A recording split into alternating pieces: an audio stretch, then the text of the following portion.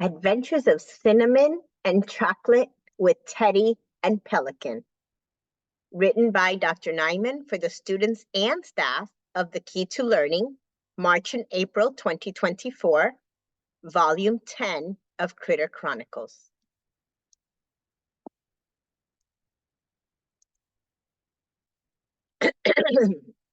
Once upon a time, two critters named Cinnamon and Chocolate left the Key to Learning on an extended field trip with their trusted babysitters, Dr. Nyman and Mr. Wynn.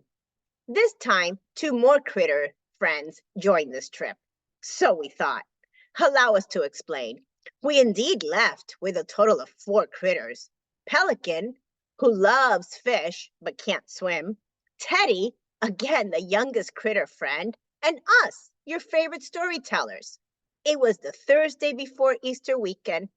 This time, a few additional critters all of a suddenly made their appearance. For example, as Dr. Nyman was leaving the campus, Pinkie Pal, Oswald's sibling, leaped out of her dash and attached with all 8 tentacles to Dr. Nyman's leg, begging to go with us. So, of course, Dr. Nyman, who was rather fond of her leg, and she is so nice, said, okay. However, another peculiar thing happened on the way. We ran into Stitch, who was eager to tell us that all of his mischief was due to the fact that he could not read. Once he learned how to read, he could not stop. And his argument about Ohana convinced the babysitters to bring him along. As we got to Princess Leia, the camper, there was another surprise. Telly, short for turquoise unicorn cat, was waiting at the camper door for us, just like an Amazon package. She was just in time to make it to the dash and start our trip to Blue Springs State Park. After some quick introductions and a jittery excitement to see manatees, fireflies, and birds, and of course the obligatory playground, Telly noticed a resemblance to Cinnamon and Chocolate and began to wonder if they were somehow related. They quickly got distracted talking about their favorite things to do and what they were looking forward to. Although we did hear our babysitters state how fireflies are active right now and how it's early in the season for manatees, and that Blue Springs State Park was popular for these sightings. The climb. Once we arrived at our campsite, Stitch saw the bunny garland and saw with his little eyes words on each bunny. So off he set, inviting all the others to endure the climb. Cinnamon, who was reluctant again, grabbed the last light and hung out, listening to Stitch read the Easter story from Palm Sunday through Maundy Thursday, all the way to Easter Sunday. As we hung out, we each contemplated what God did for us by sending Jesus to us, so we can forever have a relationship with God and be called children of God. Before we knew it, we were rescued and set off to our picnic and playground visit, before getting a good night's rest for tomorrow's adventures. Telly, however, kept insisting, although somewhat quietly, that there was a resemblance between Cinnamon, Chocolate, and her. The playground. We had a great time at our picnic. We were chatting and giggling when we all began to wonder if the triplets, Cinnamon, Chocolate, and Telly, were indeed related. At the playground, the swings were all being used, so we held our slide race, and this time we all raced in the big slide. We then climbed the tunnel and posed for pictures as our owner would want to see us. Next page. The tunnel. After we got tired from playing and posing for pictures, our babysitters had a special treat for us. It was story time with Grandpa Manatee. We were especially excited about the stories because it will explain all about the manatees. Chocolate exclaimed, if Grandpa Chuck is the storyteller, his stories are so animated, it feels as if all the characters are right there with you. Wow, said Teddy, and maybe the ice cream could be real too. They all laughed and enjoyed the story in the next page. Story with Grandpa Chuck.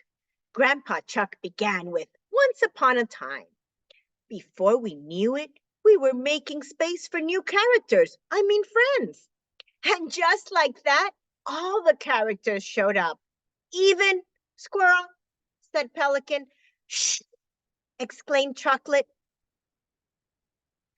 There really was a squirrel, Pelican continued to say. We sure do look alike, Telly continued to say. Teddy only wanted ice cream. Stitch had read every sign and mumbled something about ice cream over there. And Cinnamon was bewildered at the look-alike contest and the potential triplet idea. Pinkie Pow, who was just ecstatic to be here, kept a watchful eye on the youngest one, especially after how this one time her sibling was left home alone. Chocolate was just exhausted at managing the distractions this crew gets into. Nap time, Chocolate exclaimed. Everyone slept until Teddy woke up and smelled ice cream. When he ran towards a sign that had every type of ice cream available, he did not think about it. He leaped off the bench and landed on the sign.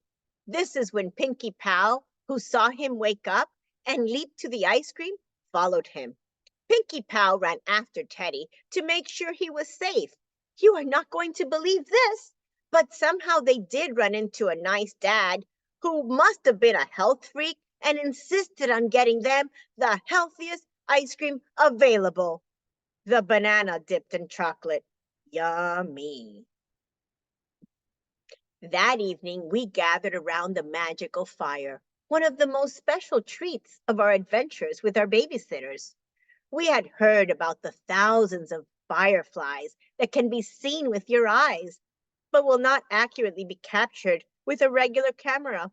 So we were just happy to observe.